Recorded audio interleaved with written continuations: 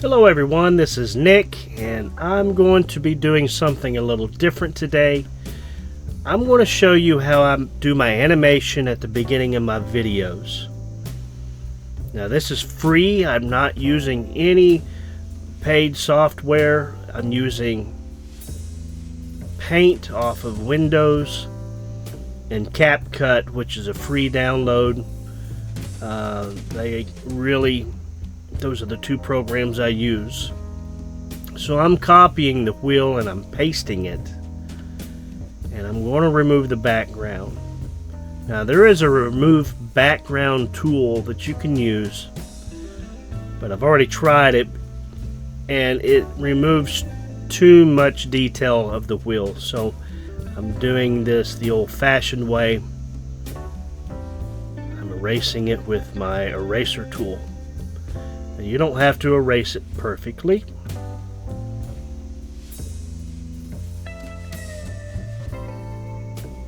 Because I'm filling it in with black. That white part. So my fill tool. And there we go. Now, what we're doing is we're creating two images with the wheels facing different ways. So I'm going to use the flip tool and boom. The wheel is now rotated, making it and giving it the illusion the car will be moving.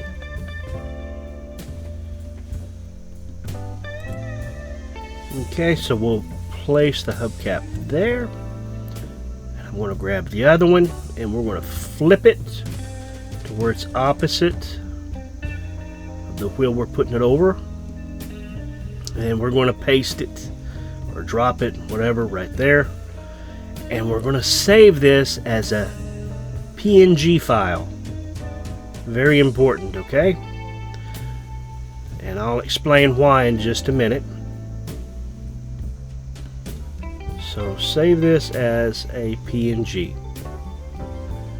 Now I've already got them saved, and you can see I've also got a few more images. My wheels, my hubcaps, I've already got those trimmed to where if I ever have to use them again, I don't have to go back and erase it, and I saved them.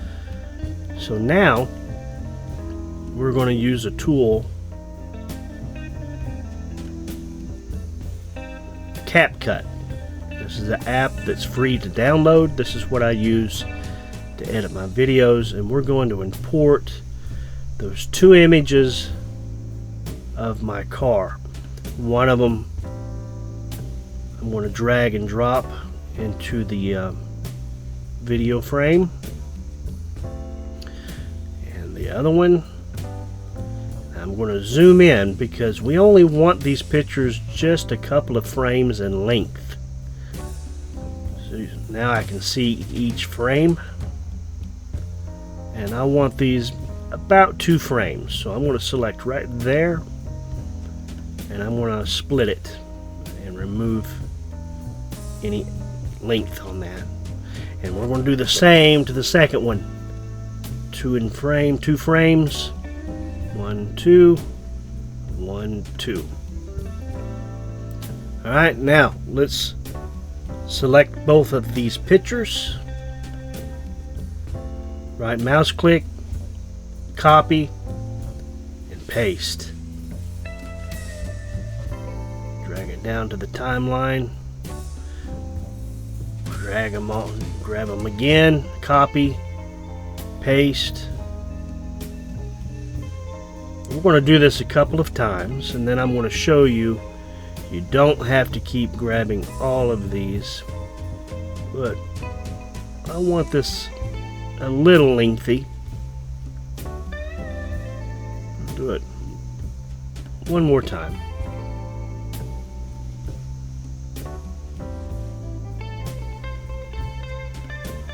Okay, zoom out. Now let me show you what it looks like when we play. The illusion alternating between 2 pictures makes it look like the car wheels are rotating. Now I'm going to right mouse click and I'm going to create one image, and then I'm going to copy and paste it. That way I'm not having to grab each little picture.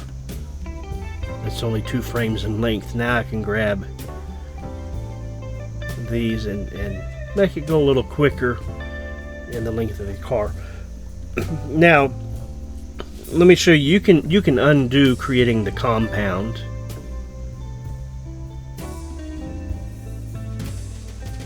And then it turns them all back into individual pictures. But I'm going to zoom in, and now I'm going to create one picture by compound. And now those little pictures have turned into one.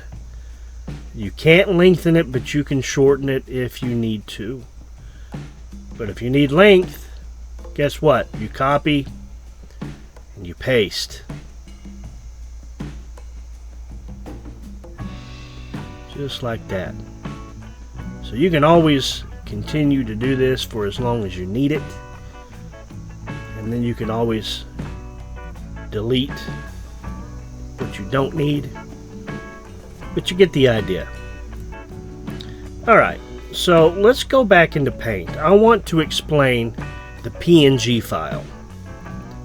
Alright, so I'm going to import from a file. And let's import that background. This is a background that I use. And then we're going to import a picture that's not a PNG.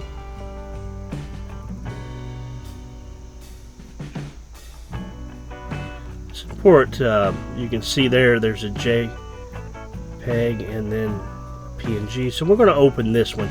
Now you can see the white background of that tree. And so we're going to remove the background by using this tool right here. So click it, and you can see it removed the white, but it left the tree. And now it gives the illusion that you can see through it. You can always adjust the size, place it where you need.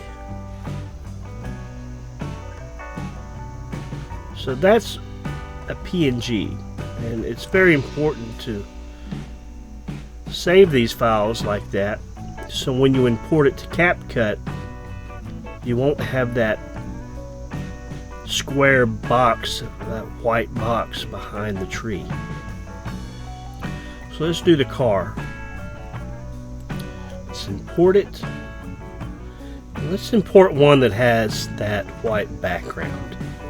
That's not a PNG, that it's actually a different format. So we're going to remove the background, and then we can resize it, place it where we want in the picture, and there you go. So PNG basically saves the image without the background. So you're going to save as a PNG. Very important.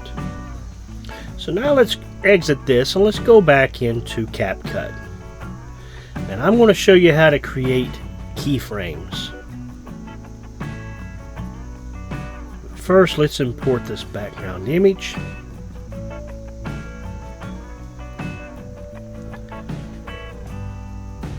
Now, let me do the car first. This will make a little bit more sense. So now I can reposition the car to any size and place it anywhere on the screen just by using my mouse, dragging, dropping. And then from here you can see the wheels rotating.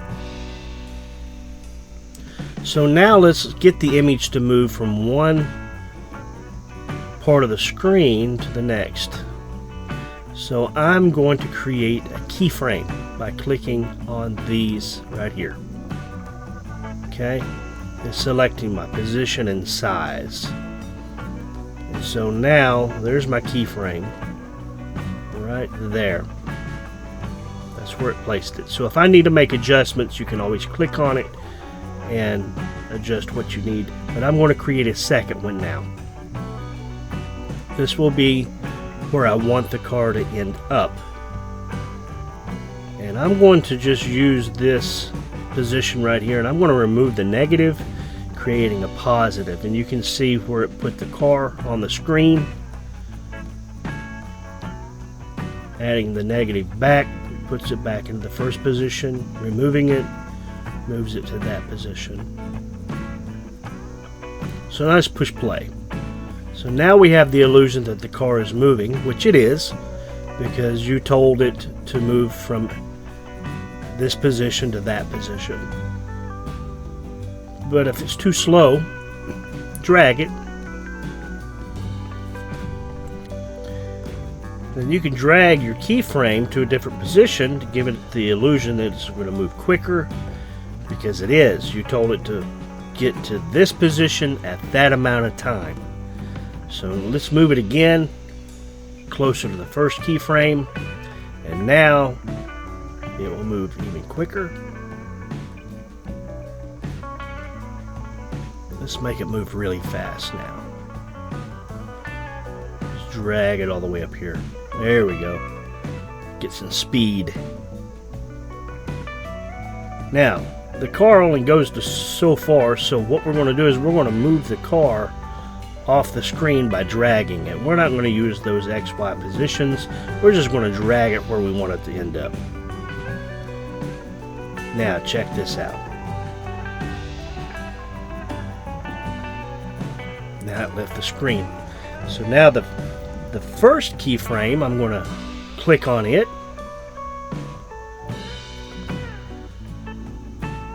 And now we're going to drag the car off the screen to the left side, push play, and this will give the illusion that the car is moving from one side of the screen to the next, entering and exiting. So there you go. There's how you create keyframes to make animation.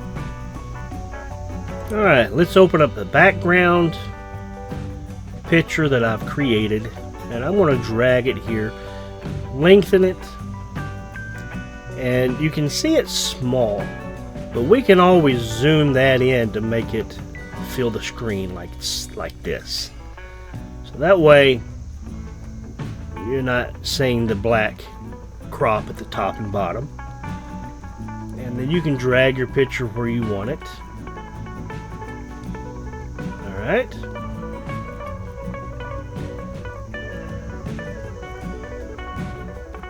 I'm going to shrink this out. I'm going to let you see it in the small format first. Create keyframe by clicking those. And then we're going to create another one. And now I'm going to drag my picture.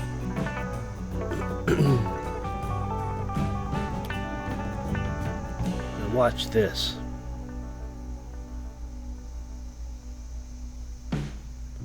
Alright, push play. Now what we're doing is we're making the background move by creating keyframes. So my car doesn't necessarily have to move. I can have it in one spot.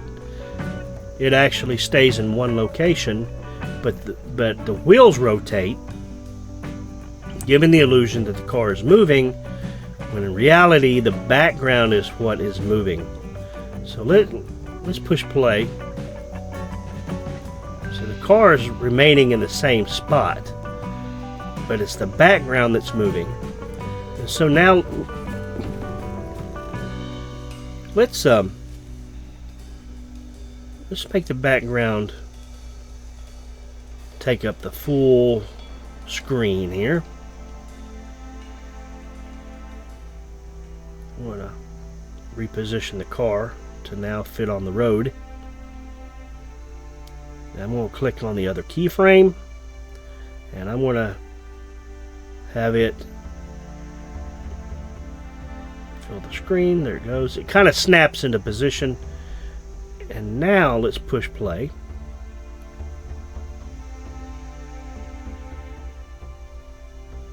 So the background is what's moving. The car's staying in the same spot, giving the illusion that the car is moving. So now let's do this. Let's move where there's no black showing in the end and at the beginning. Remove. There we go. Push play.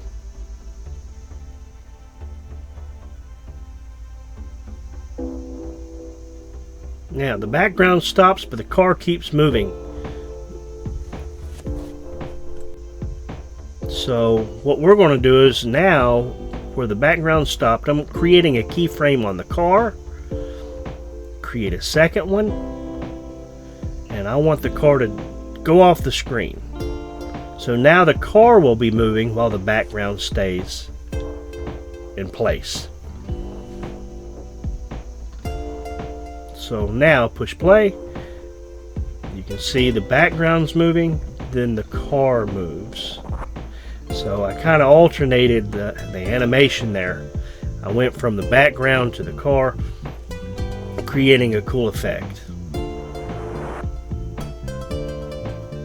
Now let me show you one other thing you can do. This is totally optional. You make it faster just by dragging your keyframes. You can have it just kind of creep off the screen.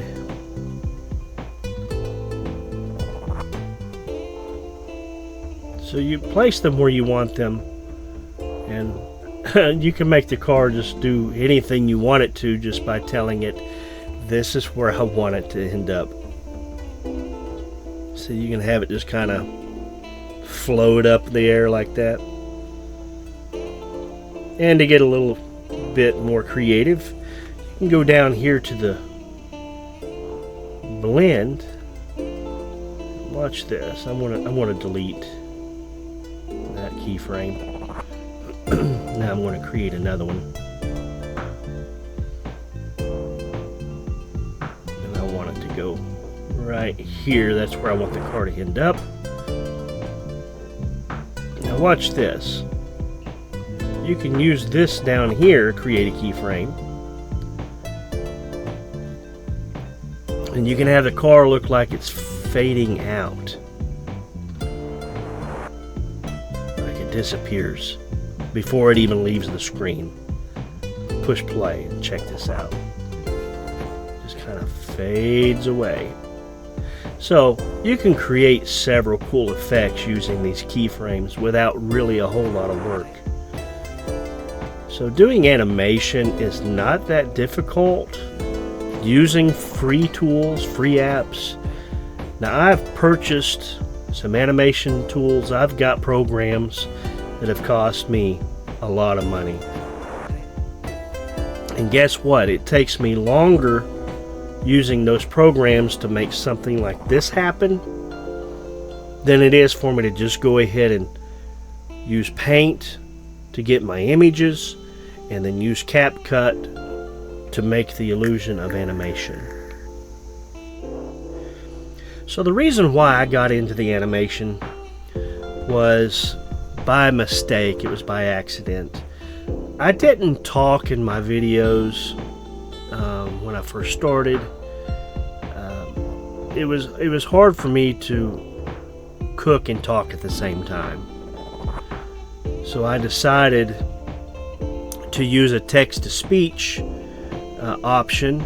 So when I type out my words like add 1 cup of flour, then I could click on this voice and it would read back that text for me. And Pepper's voice happens to be computer generated, and so I type out what I want Pepper to say, and then I'll add that voice to my video. Well, when I did that one time, I had a comment from somebody who watched it who pretty much said he did not want a kid telling him how to cook.